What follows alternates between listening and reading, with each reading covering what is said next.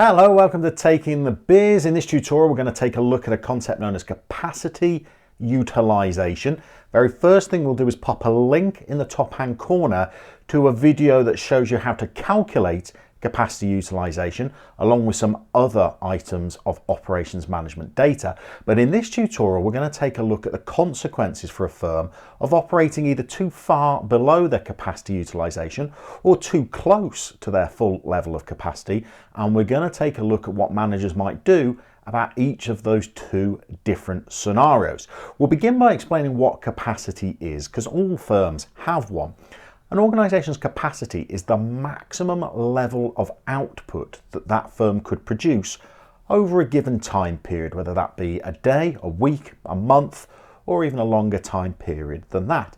Now, the capacity utilisation of an organisation looks at what level of output the firm is actually producing at in relation to its capacity. So the firm's capacity will be set by the amount of machinery, space, labour that is available to the organisation. But their capacity utilisation is the level that they are actually producing at. So for example, a firm may have a maximum capacity of being able to produce 10,000 units per month. But just because that's how many they could produce doesn't mean that's necessarily how much they are producing.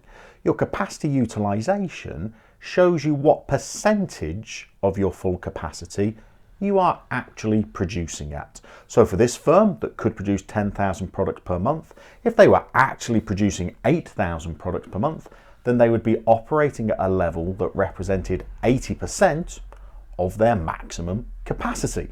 Now, deciding what capacity level to work at is a challenging concept for managers because there are consequences to operating quite below your capacity figure, and there are also consequences to operating too close to your maximum level of capacity. If we start with the consequences of having a capacity utilization figure that is quite far below your full capacity, then what that means is that the business is going to have resources that quite simply it is not utilizing. Whether that be factory space that's not being used, machinery or vehicles that are just sitting idle, or even labor that doesn't actually have work to be completing. If you're operating too far under your capacity level, it means that you are acting inefficiently, you are wasting resources. And the cost of that is that it increases your unit costs of production. And by that we mean it's increasing how much it costs the organisation to produce one unit or one of its products. Now, the reason for that is because the firm is going to have some fixed costs, things like rent, insurance and salaries.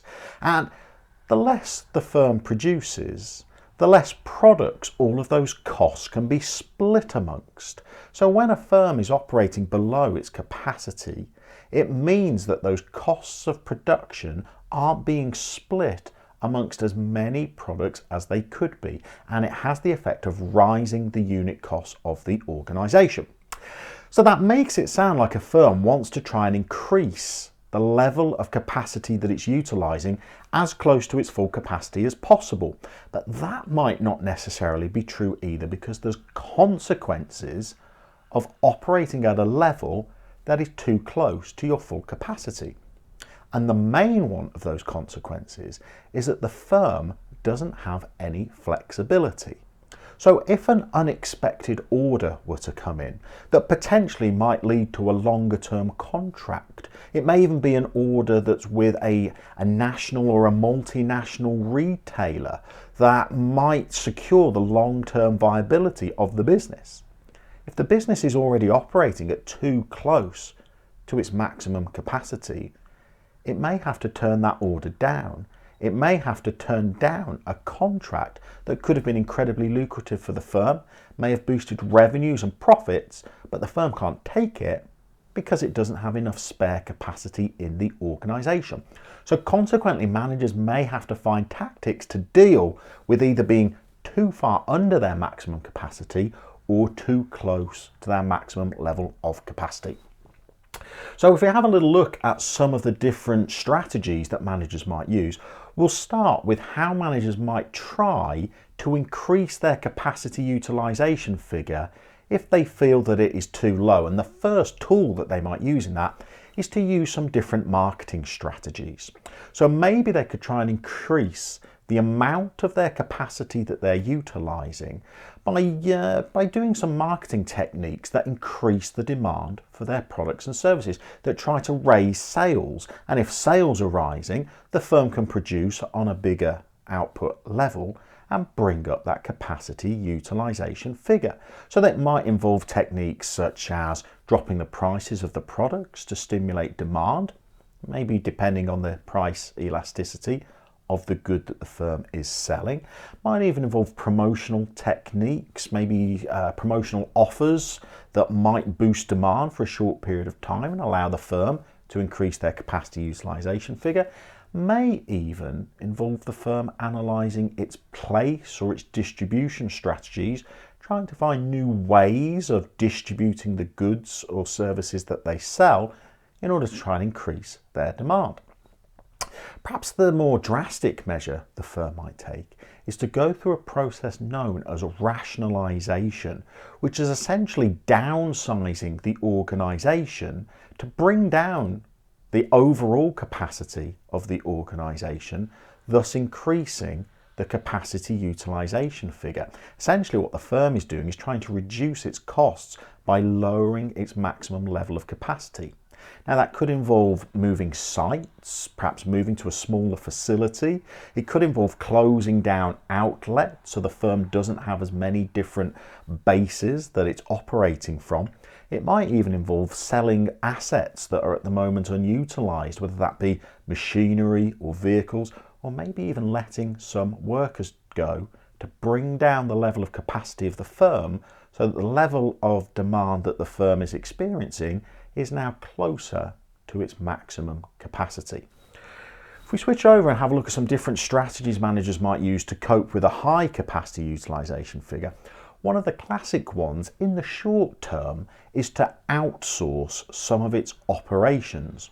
So if the firm has very little spare capacity itself, if it takes on additional orders, it might find it has to outsource some of its work to other firms. So essentially what the business would do is hire other firms to complete work on their behalf. Now obviously that is going to come at a cost because they're going to have to pay this other firm some of the sales price that they're achieving to produce products for them. But it does mean that the firm can now operate on a greater production level. Another thing the firm might do in the short term is to try and reduce demand for its goods and services, which may sound counterintuitive, but if a firm finds that it can't increase its capacity level, then it might decide to increase its prices so that the level of output that it is producing at is at least achieving a greater sales price, thus increasing the profit margins on the goods and services that they're selling. What they might also do is create waiting lists for their products, so accept orders from customers even though they don't have the capacity to fulfill all of those orders, and instead create a waiting list which may create the feeling that the product is more desirable and more luxurious, but also allows the firm to create waiting lists so it accepts all of those orders and it can profit from all of those orders even though it can't fulfill its obligation to all of those customers until some point in the future. Obviously, in the longer term, what the firm might look at doing is if its capacity utilisation figure is quite high, and that is on quite an elongated basis, then in the longer term they may look to expand the organisation, maybe grow the business, move to a new site, take on extra workers, invest in greater technology and production materials so that the firm is able to achieve a greater level of capacity overall, thus bringing down its capacity utilisation figure. So there's capacity utilisation, the consequences of having a figure that's too low or too high, and the different kind of decisions that managers might take to deal with either scenario. Good luck with your ongoing revision. Keep on taking the biz, and we'll see you incredibly soon.